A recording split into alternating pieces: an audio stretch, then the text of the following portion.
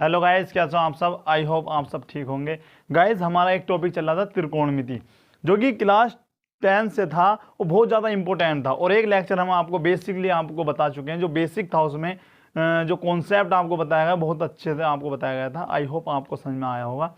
अब आगे बढ़ते हैं। थोड़ा कुछ इंपॉर्टेंट क्वेश्चन भी है, लेंथी हैं और आपको हार्ड लगेंगे। ज़्यादा टेंशन ना लें और आप यहाँ पर समझें। क्वेश्चन दिया है, यदि कोट थीटा बराबर 7/8, तो हमको बताना है इसकी वैल्यू क्या है। 1 plus sine theta into 1 minus sine theta और फिर 1 plus cos theta into 1 minus cos theta का हमको मान ज्ञात करना। तो देखते हैं किस प्रकार हम इसका सॉल्यूशन करते हैं। आइए, मैंने आपको बताया था एक लाल बटे कक्का। क्या बताया था आपको? लाल बटे कक्का। क्या होता है लाल बटे कक्का? LAL अपॉन के, यानी पहला वाला होता है साइन, दूसरा आपका कोस और तीसरा टेन। और टेन का उल्टा कोट और इसका उल्टा क्या? सेक और इसका कोशेक। आपका दे रखा कोट। कोट किसका उल्टा होगा? टेन का, यानी लंब बटे आधार। तो कोट क्या होना चाहिए? आधार बटे लंब, ये होना चाहिए। उसके लिए अब हम क्या करते हैं, इसको लिखते कोट थीटा बराबर आधार बटे लंब। आधार बटे लंब। मैंने क्या बताया था? जब भी कोई ऐसी कंडीशन दे रखी हो तो वहां पर ये तो आपका 7 हो गया और लंब क्या हो जाएगा आपका 8। लेकिन हमको क्या करना है, इनमें x जोड़ना है या फिर एक कांस्टेंट वैल्यू आप a जोड़ सकते हैं। तो क्या जोड़ना है? x और x। और उसके बाद लंब आधार दे रखा, लंब दे रखा, तो किसकी वैल्यू आपको फाइंड करनी है? तो पाइथागोरस पिन में लगाइएगा और कर्ण की वैल्यू निकाल लीजिएगा। तो उसके लिए हम क्या करें, एक चित्र बना लेते हैं। छोटा सा हम चित्र बना लेंगे। इसको कुछ भी नाम दे सकते हैं, A B C, कुछ भी हम नाम दे सकते हैं। और इसमें क्या होता है, लंब आधार दे रखा जी आपका 7, लंब दे रखा 8x। तो कर्ण निकाल लिए। बताया था आपको कौन सी पिर में है? पाइथागोरस पिर में से। पाइथागोरस पिर में से क्या होती है पाइथागोरस पिर में? कर्ण का वर्ग बराबर लंब का वर्ग प्लस आधार का वर्ग, ये होती। उसके बाद कर्ण क्या है? नहीं है जी, कुछ भी नहीं है। फाइंड करना है। लंब कितना है? 8x², आधार 7x², ये दे रखा है। और आप क्या करें, कर्ण का वर्ग है तो आप इधर अंडर रूट लगा सकते हो। तो 64x² प्लस 49x²। और 64 और जब आप 49 जोड़ोगे तो आपका क्या आएगा? ये आपका आएगा 9 4 13 और 113 आपका यहाँ पर आ जाता है। और सॉरी x² आपका रह गया। तो यहाँ कर्ण बराबर आ जाएगा आपका अंडर रूट 113 और x² का बन जाता है बाहर निकल कर x। ये आपका आया कर्ण की वैल्यू। अब जब कर्ण की वैल्यू आ गई, आपको क्या ज्ञात करना है? अभी तो हमने किसकी वैल्यू ज्ञात करी? कर्ण की। हमको तो इसको वैल्यू ज्ञात करनी। तो यहाँ से क्या करें, सबसे पहले इसको सोल्व कीजिएगा। इसको हम सोल्व करते हैं क्योंकि आसान तरीका होता है कि सबसे पहले क्वेश्चन को सोल्व कर लें, उसके बाद उसमें मान रखें, तब और भी ईजी हो जाता है। तो ये आपका है, आपने एक चीज़ पढ़ा होगा, एक फॉर्मूला है आपका a plus V into A minus V. क्या होता है? a² minus v²। पुट करो वैल्यू, तो आप इसी प्रकार ये। अब देखिए, एक का वर्ग आप लिख भी सकते हो, नहीं भी, क्योंकि एक का वर्ग एक ही होता है, इसलिए आप ये लिखो 1 माइनस के कोस², ये होता है। अब इच्छा आपके, या तो आप इसमें से इसका फॉर्मूला निकाल के इसका मान रख दो, या डायरेक्ट भी आप कर सकते हो। वैसे तो जब आपने इसका वैल्यू निकाल ली है तो फिर इसमें साइन थीटा और कोस थीटा के मान नहीं रख दे, वरना वैसे आप कर सकते हो 1 माइनस साइन स्क्वायर थीटा। अच्छा, इस प्रकार कीजिए, 1 माइनस साइन स्क्वायर थीटा क्या होता? कोस स्क्वायर थीटा, आपको बताया है। और 1 माइनस के कोस स्क्वायर थीटा यानी साइन स्क्वायर थीटा, ये हो गया। वैसे सिंपली आप cos square theta upon sine square theta आपका कोट स्क्वायर थीटा होता है, और डायरेक्ट आप इसका वर्ग कर दो तो आपका आंसर आता है। लेकिन फिर इसका ये सब करने का क्या फ़ायदा लगा? तो कोई फ़ायदा नहीं है। तो आप एस इस प्रकार कीजिएगा, यहाँ से पहले कोस की वैल्यू निकाल लीजिएगा। क्वेश्चन को इसको हम दो प्रकार से कर सकते हैं, लेकिन हम इसको इस प्रकार से करेंगे। सबसे पहले इसको आप यहाँ पर लिख सकते हैं समीकरण नंबर 1, इस प्रकार भी कर लो, लिख दो कोस थीटा बराबर, कोस थीटा बराबर क्या होता है, यहाँ पर जाइएगा, लंब आधार बटे कर्ण, आधार क्या है आपका 7 और कर्ण क्या है आपका √13, एक्स, एक्स से तो आपका एक्स कट गया, तो कोस थीटा बराबर क्या है आपका 7 बटे √13। इसी प्रकार आप साइन की वैल्यू निकालिएगा, साइन थीटा बराबर क्या होता है आपका, साइन थीटा होता है आपका लंब बटे कर्ण, लंब की वैल्यू क्या है आपकी लंब 8x और यहाँ पर √13x, एक्स से एक्स फिर कट गया, तो साइन थीटा क्या आपका आ गया वैल्यू 8 बटे √13, 113। बस अब इसमें वैल्यू रख दो समीकरण 1 में मान रखने पर, यहाँ पर लिख दो साइन थीटा व कोस थीटा के मान समीकरण नंबर 1 में रखने पर।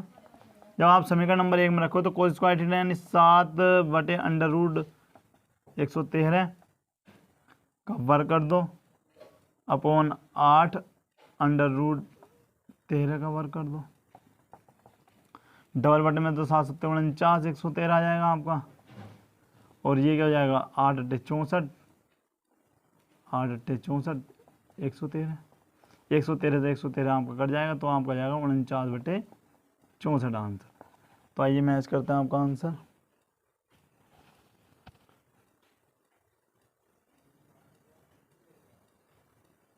तो आपका जो वैल्यू का आंसर है इसमें जी 49 बटे 64, बिल्कुल सही आपका आंसर आया है।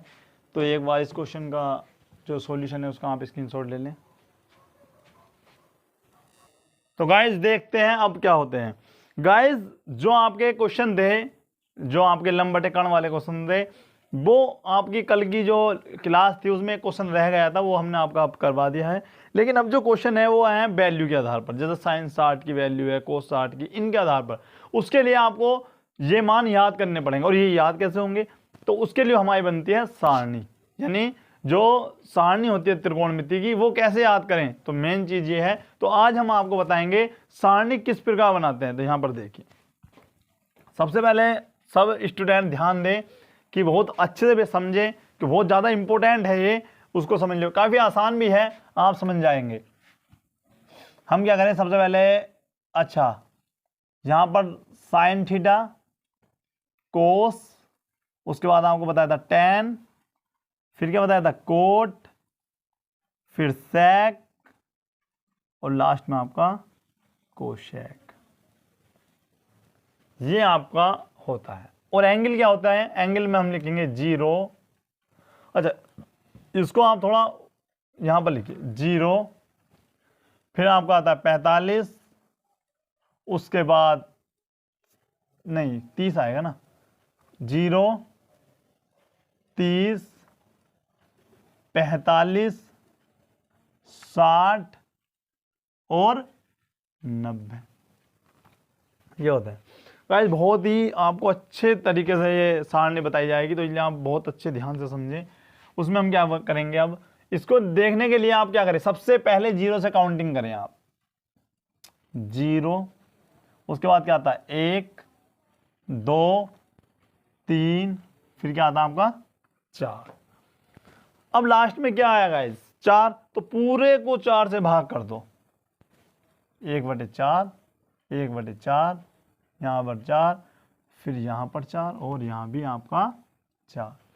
अब ले लेते हैं इसका रूट, अंडर रूट जिसको बोलते हैं हम, यहाँ पर अंडर रूट हो गया, और ये भी अंडर रूट हो गया, और इधर भी, और आपका फाइनली ये भी आपका रूट हो जाता है। उसके बाद देखिए 0 को 4 से भाग करेंगे तो 0 ही आना है, तो यहाँ आपका क्या आ गया 0। अब 1 का अंडर रूट होता है 1 और 4 का 2, और इसको जब हम हल करेंगे 2 करना 2, 2 दूनी 4, यानी 1 का तो 1 ही होगा, और 2 का अंडर रूट 2 ही होता है, और 3 का कुछ होता नहीं तो अंडर रूट 3, 4 किसका होता है 2 का, उसके बाद 4 ही करना, 4 1 है, तो 1 का अंडर रूट भी 1 होता है। अब इसकी वैल्यू कैसे याद करें, साइन 0 का मान होता है 0, साइन 30 का मान होता है 1/2, और साइन 45 का मान 1/√2, और साइन 60 का मान √3/2 और साइन 90 का मान 1 आपका हो गया। और इस प्रकार से हम इसको सारणी को बना लेंगे।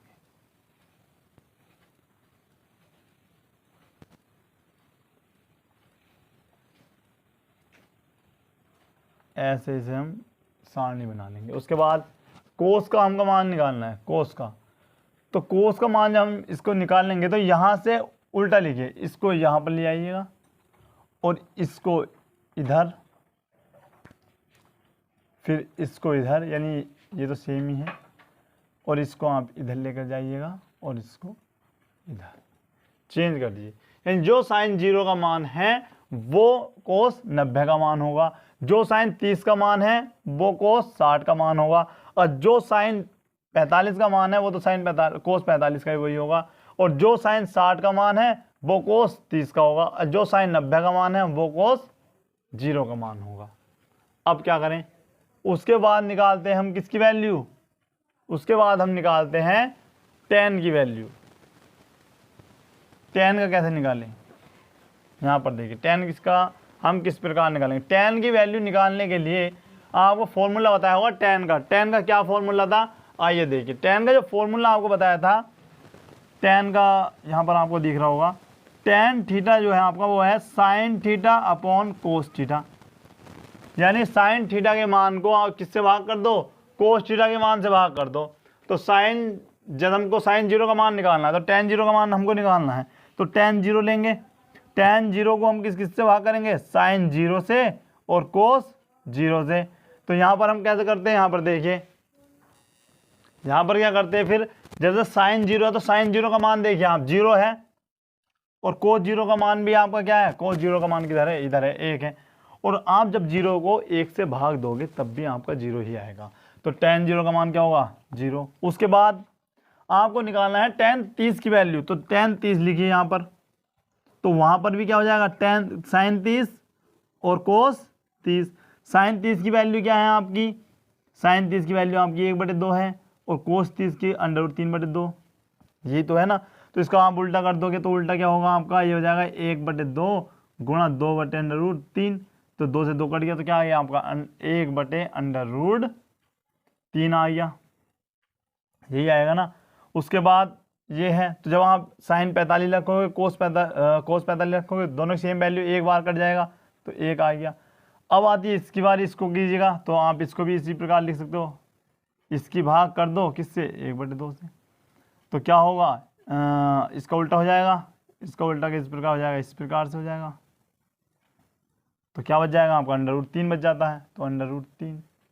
उसके बाद क्या होता है, अब यहाँ पर देखिए, यहाँ समझने वाली बात है, जब 1 को आपको 0 से भाग करनी है, जब भी आप 1 को जब भी आप 0 से किसी भी चीज़ को भाग करते हो वहाँ पर आपका आता अनंत या अपरिभाषित या परिभाषित नहीं है, तो आप ये लिखते हो अनंत। अब आते हैं आप कोट पर जब आते हो तो कोट का क्या करते हैं, जिस प्रकार हमने साइन से कोस प्राप्त करा था, साइन से क्या प्राप्त किया था, कोस, उसी प्रकार से हम tan से कोट प्राप्त करेंगे। वरना इसका दूसरा मेथड ये भी है कि आप कोट का फॉर्मूला लगा दो, यानी कोस को किससे भाग कर दो, साइन से। तो इस बार हम कोस के ऊपर रख लेंगे, फिर साइन से नीचे वाले से भाग कर देंगे, या फिर इसको यहाँ पर लाइएगा, इसको फिर यहाँ पर ले आइएगा, और ये इधर ही रहेगा, इसको यहाँ पर, और उसके बाद आपका 0। यानी जो tan 0 का मान होगा वो कोट 90 का मान होगा, और जो tan 30 का मान होगा वो कोट 60 का मान होगा। tan 45 दोनों सेम रहेंगे, tan 45 कोट 45 दोनों सेम रहते हैं। और जो आपका tan 60 का मान होगा वो किसका मान होगा, कोट 30 का मान होगा। इस प्रकार से बनेगी सारणी। उसके बाद क्या करें, अब हमको निकालना सेक। क्या निकालना आपको, सेक की। अब आपने पढ़ा होगा एक चीज़, मैं आपको बता दूं, पहले यानी जो हमने पार्ट 1 बनाया था इसका, तो पार्ट 1 में हमने आपको बताया था कि कोस थीटा जो होता है 1 या इस प्रकार से कीजिए कि सेक जो होता है, सेक वो कोस का क्या होता है, उल्टा होता है। यानी अब यहाँ इस फॉर्मूले को ध्यान में रखिएगा, हमने sec 0 का मान फाइंड करना है। sec 0 का मान प्राप्त करने के लिए हम sec 0 की और यहाँ पर cos 0 रखेंगे, यानी 1/cos 0। cos 0 का मान क्या है आपका 1 है, तो 1 से 1 कट गया तो क्या आएगा आपका 1 ही आएगा, 1 ही आएगा। उसके बाद sin 30 की वैल्यू याद करनी, वो sec 30 की, तो cos 30 की वैल्यू रखो, तो cos 30 की 1 के बटे में रखना है, 1 के बटे में रखा क्या cos 30 क्या है आपका √3/2, √3/2, तो 2 ऊपर पहुंच जाएगा, तो 2/√, क्या हो जाएगा 3 हो जाएगा, तो 2/√3 आपकी वैल्यू आ गई। अब क्या करें, कोसेक 45 की वैल्यू निकालनी है, कोसेक 45 लिखो यहाँ पर, कोसेक आपने 45 लिखा, तो यहाँ पर क्या लिख दोगे आप 1/cos 45 की वैल्यू क्या है 1/√2, इस बार क्या होगा √2 पर पहुंच जाएगा, तो आपका बन जाएगा √2। उसके बाद जब आप इसे देखोगे और इसे उल्टा करोगे, इसी प्रकार क्या बन जाएगा आपका, या लिख के बता दूं मैं आपको, cos 60, यहाँ पर sec 60 की वैल्यू निकाले। cos 60 की वैल्यू क्या होती है आपकी बताओ, cos 60 की जो आपकी sin 30 की वैल्यू होगी वही तो cos 60 की होगी। यहाँ पर देखिए cos 60 क्या है आपका 1/2, 1/2, 2 आपको ऊपर पहुँच गया, क्या आ गई वैल्यू 2। अब फिर से यहाँ पर फिर से आप समझिएगा 0 है, 0 लिखो, किसकी वैल्यू रख रहे हैं हम 90 की, sec 90 किसका उल्टा होगा cos 90 का, और cos 90 का मान 0, तो 1 से जब भी आप 0 भाग दोगे, समझिएगा जब भी आपको 1 से 0 से भाग देनी है या फिर किसी भी संख्या को 0 से भाग देनी है, तो वहाँ पर आपका क्या आएगा अनंत आएगा, या अपरिभाषित आपको बोल सकते हो, इन्फिनिटी बोल सकते हो।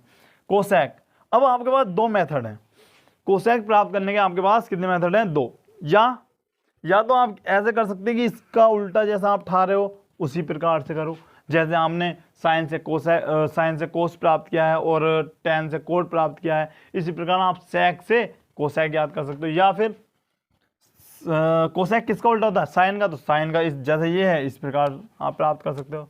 तो उठा लीजिए इसको,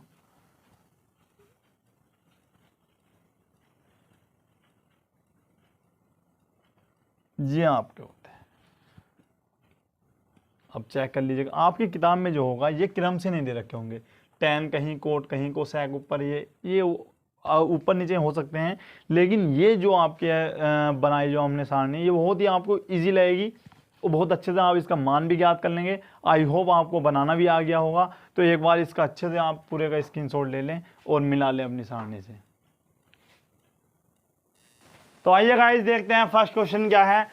इस क्वेश्चन को समझने के लिए आपको मान याद करने बहुत ज़रूरी है, तो इससे पहले इन क्वेश्चन को आप करें उससे पहले आप उस सारणी को कहीं पर लिख लीजिएगा, याद कर लीजिएगा प्रत्येक मान, और उसको आप कम से कम 3 बार बनाकर देखिएगा, जब आपको याद हो जाएंगे मान। यहाँ पर देखिए क्वेश्चन का है sin 60 into cos 30 plus sin 30 into cos 60। Question को मैं सूत्र से भी कर सकता हूँ गाइस। अच्छा, मैं इस क्वेश्चन को आपको 2 प्रकार से करके दिखाऊंगा, जो सा भी आपको बेटर लगे अच्छा लगे आप करिएगा। यहाँ पर देखिए सबसे पहले आप sin 60 की वैल्यू लिखिए। sin 60 की वैल्यू होती क्या आपकी, ये होती, मैच करते रहिएगा अपनी सारणी से। उसके बाद cos 30 की वैल्यू, cos 30 की वैल्यू जो होती है आपकी वो होती है sin 60 की वैल्यू, ये आपका होता है प्लस sin 30 की वैल्यू होती है आपकी 1/2, और sin 60 की वैल्यू वो cos 60 की वैल्यू होती है जो आपकी sin 30 की होती है। अब यहाँ पर इंटू का मतलब गुणा, जब आप इसकी गुणा करोगे तो आधा 3 और आधा 3 बन जाता है पूरा 3, और 2 दूनी आपके 4 प्लस 1, 2 दूनी 4, हर दोनों के क्या है सेम है, 1 ले लीजिएगा, और उसके बाद 3 और 1 कितने होते हैं आपके, इस प्रकार से लिखे 3 और 1 आपके होते 4, 4 1 ना 4, आपका आंसर आता है 1। एक विधि तो आपकी होती है ये। दूसरी विधि अभी हमने उस चीज़ को आपको करवाया नहीं है, उसमें थोड़ा जब हम आगे चलेंगे उसमें जब यूज़ है, आपको मैं बता दूं एक फॉर्मूला होता है आपका sin a प्लस b का, वो क्या कहता है sin a into cos b plus cos a into sine b, ये फॉर्मूला होता। यहाँ पर देखिए sin 60 तो कोस 60 के साथ है, यानी साइन यहाँ पर अगर साइन के साथ ए है तो वहाँ पर कोस के साथ ए है, यहाँ पर कोस के साथ बी है तो साइन के साथ बी है, उल्टा है ना। तो यहाँ पर जो है तो साइन ए प्लस बी का फॉर्मूला है आपका, यानी साइन आप लिख सकते हो 60 प्लस 30, ये तो लिख सकते हो। और साइन 60 और 30 कितने होते हैं 90, और साइन 90 की वैल्यू आपकी होती है 1। किसी भी विधि से आप कर सकते हैं, आंसर आपका दोनों का सेम आएगा। तो इसका आप अच्छे से स्क्रीनशॉट ले लें। आइए गाइस देखते हैं सेकंड क्वेश्चन क्या है। इसमें क्या कहा है, 2 into ten square 45 plus cos square 30 minus sine square 60। तो इसमें क्या करें, सबसे पहले तो आपका 2 इसी प्रकार रहेगा, टेन 45 का मान क्या बताया था आपको, एक का आपने क्या कर दिया इसमें वर्ग। कोस 30 की वैल्यू होती है आपकी साइन 60 जैसी, यानी साइन 60 की क्या होती है √3/2, तो कोस 30 की वैल्यू आपकी होगी √3/2, इसका वर्ग कर दीजिएगा। फिर आगे क्या है, साइन 60 की वैल्यू है तो साइन 60 की वैल्यू भी आपकी होती है √3/2, इसका वर्ग भी आपने कर दिया। अब या तो आप इसको सॉल्यूशन कर दो या फिर ये माइनस के प्लस के आपके कट गए, और ये हो जाएगा 2 गुणा 1 का वर्ग 1 और 2 आपका हो गया 2। तो ये भी आपका आंसर सही है। एक बार इसका भी आप स्क्रीनशॉट ले लें। तो गाइस देखते हैं तीसरा क्वेश्चन। इसमें कहा है cosec 45 upon sec 30 plus cosec 30 की वैल्यू। तो उसमें क्या लिखेंगे, कोस 45 की वैल्यू, कोस 45 की वैल्यू आती है आपकी 1/√2। उसके बाद सेक 30 की वैल्यू जो होगी आपकी वो होगी 2/√3, और कोसेक 30 की वैल्यू आपकी होगी 2। अब क्या करें, जिसके हर में कुछ नहीं होता उसके हर में क्या होता है 1। अब इसको आप इसी प्रकार से लिखें। अब इसकी इधर गुणा करो, 2 और इसकी इधर तो 2/√3, और √3 की जब आप 1 से करो तो आपका आएगा ये। अब क्या करें, अब इसको उल्टा कर लीजिएगा, √3 आपका ऊपर, और इसको लिख सकते हैं आपको 2 इस प्रकार से आप इसको कर सकते हो। तो ये आपका हो जाएगा √3, 2 आपका आ जाएगा कॉमन, और √2 के अंदर गुणा कर दो, इस प्रकार से हो जाएगा। और गाइस एक नियम है कि नीचे √ वाली वैल्यू नहीं छोड़ते, तो यहां पर हम इसका करेंगे परिमेयकरण। तो हम लिखेंगे परिमेयकरण करने पर, और जैसा आप परिमेयकरण करोगे उसमें क्या होता है, ये चिन्ह जो होते हैं इसको बदलकर उसका परिमेयकरण होता है, यानी प्लस है तो माइनस से करते हैं, और माइनस होता है तो प्लस से आपका परिमेयकरण होता है। तो ऊपर नीचे आप क्या करोगे, यहाँ पर माइनस लेकर उसकी गुणा कर दो, ऊपर बन जाएगा आपका 3 दूनी 6, 6 18, इस प्रकार से। और नीचे जो आपका बन जाएगा वही फॉर्मूला जो आपको बताया था अभी, a + v और a - v, क्या होता है a² माइनस v²। तो आप यहाँ पर लिख दोगे √2 का वर्ग माइनस √6 का वर्ग। यहाँ पर हो जाएगा आपका √6 माइनस √18, इस प्रकार से चलेगा। उसके बाद ये हो जाएगा आपका 4, और ये हो जाएगा 6, नहीं 2 का वर्ग √2 है ना, √2 का वर्ग तो 2 होगा, और यहाँ 6 हो जाएगा। तो आपका जो बचेगा वो बचेगा √6 माइनस के 18 अंडर के, और यहाँ आपके 2, और अंदर बच जाएगा क्या आपका माइनस के 4, तो आपको हो जाएगा अच्छा नीचे लिख दूँ, नीचे लिख देते हैं। तो √6 माइनस √18, और 4 दूनी माइनस के 8 कर सकते हैं आप। इसको हम लिख सकते हैं √6 को क्या कर सकते हैं, √6 को तो आप इसी प्रकार लिखिएगा, 18 को 3 छंग 18 होते हैं, 3 छंग 18, या उससे बड़ा आप 9 दूनी 18 करो तो और भी अच्छा रहेगा, 9 दूनी 18 अपॉन माइनस के 8। उसमें आप क्या कर सकते हो, तो अंडर रूट 6 तो आपको चल ही रहा है, और 9 क्या बन जाएगा, 3 बनकर बाहर निकलेगा, और आपका जाएगा माइनस के 8। माइनस नीचे है तो उसको प्लस बनाने के लिए आप ऊपर वाले को माइनस से गुणा कर दो, माइनस से गुणा करोगे तो आपका ये तो हो जाएगा प्लस, और ये हो जाएगा अंडर रूट 6 माइनस, और आपका जाएगा प्लस के 8। आइए मैच करते हैं आपका आंसर। बिल्कुल करेक्ट आपका आंसर है। तो आप इस पूरे क्वेश्चन का सॉल्यूशन का स्क्रीनशॉट ले लें।